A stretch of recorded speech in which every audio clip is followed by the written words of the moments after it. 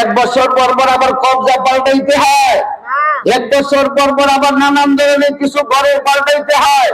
কিন্তু আল্লাহ সুবহানাহু ওয়া তাআলা একজন বান্দা জন্মের পর থেকে নিয়ে মৃত্যুর আগ পর্যন্ত তার দেহের মধ্যে যেখানে যা কিছু যতটুকু দরকার সেটা আল্লাহ সুবহানাহু ওয়া তাআলা ততটুকু বান্দাকে দিয়া দুনিয়াতে আল্লাহ সুবহানাহু ওয়া তাআলা বের করে দিয়েছেন। বলেন সুবহানাল্লাহ। এই জন্য আল্লাহ সুবহানাহু ওয়া তাআলার মায়া হলো ঈমানদারদের প্রতি বেশি অন্যদের তুলনায়। কেননা আল্লাহ রাব্বুল আলামিন ঈমানদারদের প্রতি মায়া কেন বেশি? আমাদের এই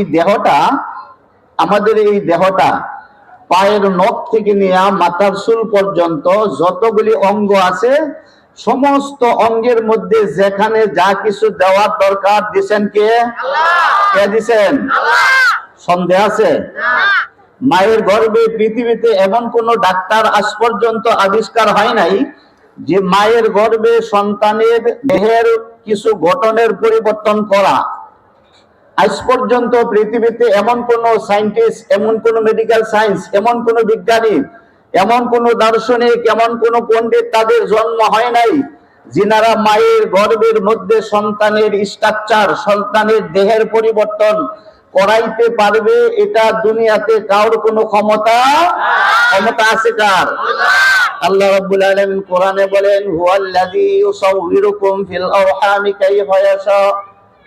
ওই আল্লাহ মাতৃগর্ভে তোমার দেহটাকে আল্লাহ রাব্বুল আলামিন যেভাবে ইচ্ছা করেন সেভাবে বানাইতে পারেন। বলেন সুবহানাল্লাহ। বান্দা যখন হাত বানায় ফেরেশতারা আল্লাহ রাব্বুল আলামিনের কাছে বলে, রব্বুল আলামিন আঙ্গুল দিব কয়টা? আল্লাহ রাব্বুল আলামিন বলেন 5টি আঙ্গুল দাও। বলেন সুবহানাল্লাহ। কয়টা হাত দিব? অনেক লম্বা আলোচনা। 2টা হাত দাও। দুটা, প্রত্যেকটা অঙ্গকে আল্লাহ রাব্বুল আলামিন বান্দার জন্য জোড়া জোড়া করে সৃষ্টি করেছেন। বলেন সুবহানাল্লাহ। আল্লাহর বান্দার যদি কোনো একটি অঙ্গ অকেজ হয়ে যায়, এক হাতে যদি টান না থাকে, এক হাত যদি ভেঙে যায়, অপর হাত দিয়ে বান্দা যাতে তার জীবনের সমস্ত কার্যক্রম চালাইতে পারে, এই জন্য আল্লাহ রাব্বুল আলামিন বান্দার জন্য 2টো হাত দিয়েছেন। বলেন সুবহানাল্লাহ। আল্লাহ না করুক কোনো কারণবশত যদি একটি চোখ নষ্ট হয়ে যায়, অপর চোখ দিয়ে বান্দা চলতে পারবে। একটি কান যদি নষ্ট হয়ে যায়, অপর কান দিয়ে বান্দা চলতে পারবে। একটি নাক যদি নষ্ট হয়ে যায়, অপর নাক দিয়ে বান্দা চলতে পারবে। আল্লাহ রাব্বুল আলামিন একটি হাত পা যদি বান্দার নষ্ট হয়ে যায়, অপর পায়ে দিয়ে বান্দা চলতে পারবে। আল্লাহ রাব্বুল আলামিন বান্দার প্রত্যেকটি অঙ্গকে আল্লাহ রাব্বুল আলামিন দয়া করে, মায়া করে, মেহেরবানি করে আল্লাহ রাব্বুল আলামিন জোড়া জোড়া করে সৃষ্টি করে দিয়েছেন। বলেন সুবহানাল্লাহ। আল্লাহ সুবহানাহু ওয়া তাআলা সূরাতুল 3 এর মধ্যে আল্লাহ রাব্বুল আলামিন কয়েকটি বিষয়ের কসম কি আল্লাহ বলেছেন, ওয়াত-তিন ওয়াজ-যাইতুন وطور سينين وهذا البلد الأمين لقد خلقنا الإنسان في أحسن تقويم। আল্লাহ রাব্বুল আলামিন এই কয়েকটি বিষয়ের কসম কি আল্লাহ বলেছেন, লাকাদ খালাকনাল ইনসানা, নিশ্চয়ই আমি মানুষকে কতই না সুন্দর অবকাঠামোতে সৃষ্টি করেছি। বলেন সুবহানাল্লাহ। আল্লাহ সুবহানাহু ওয়া তাআলা সূরাতুল মুলকে বলেন, ফাউজিল বাসর সুম্মারজিল বাসর। ও আমার বান্দারা, তোমরা দৃষ্টি নিবন্ধন করে দেখো, তোমরা তাকায় দেখো, হাল তারা মিন ফুতুর, তোমরা আমার সৃষ্টির মধ্যে কোন ধরনের খুঁত পাইবা কিনা। বলেন সুবহানাল্লাহ। নাকটা যে জায়গায় দেওয়ার দরকার দিয়েছেন কে? মুখটা যে জায়গায় দেওয়ার দরকার সেই জায়গায় দিয়েছেন কে? চোখটা যে জায়গায় দেওয়ার দরকার দিয়েছেন কে? বান্দা যদি নাকটা যদি পিছনে দিতেন, মুখটা যদি বান্দার জন্য পিছনে দিতেন, চোখটা যদি বান্দার জন্য পিছনে দিতেন, হাতের মুঠটা যদি বান্দার সামনে না দিয়া পিছনে দিতেন, তাহলে যে বলেন কি খাবার ঘোরায়া পিছন দিয়ে দিতে হতো? কি বলেন? দিতে হতো না? অনুগ্রহ কে করেছেন? আল্লাহ রাব্বুল আলামিন করেছেন। ওয়ালাকাদ খালাকনাল ইনসানা ফি আহসানি তাকওয়িম, আমি মানুষকে কতই না সুন্দর অবকাঠামোতে আমি সৃষ্টি করেছি। বলেন সুবহানাল্লাহ।